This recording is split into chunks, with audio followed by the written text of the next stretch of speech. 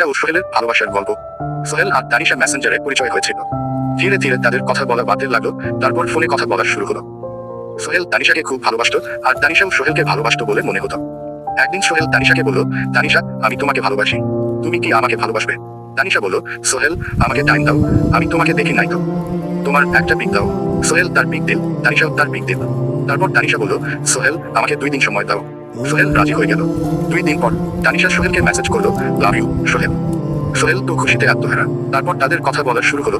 প্রায় 18 দিন ধরে তারা কথা বলল। তানিশা সোহেলকে বলল, সোহেল, আমি তোমাকে ভুলে থাকতে পারবো না, তুমি আমাকে ভুলে থেকো না।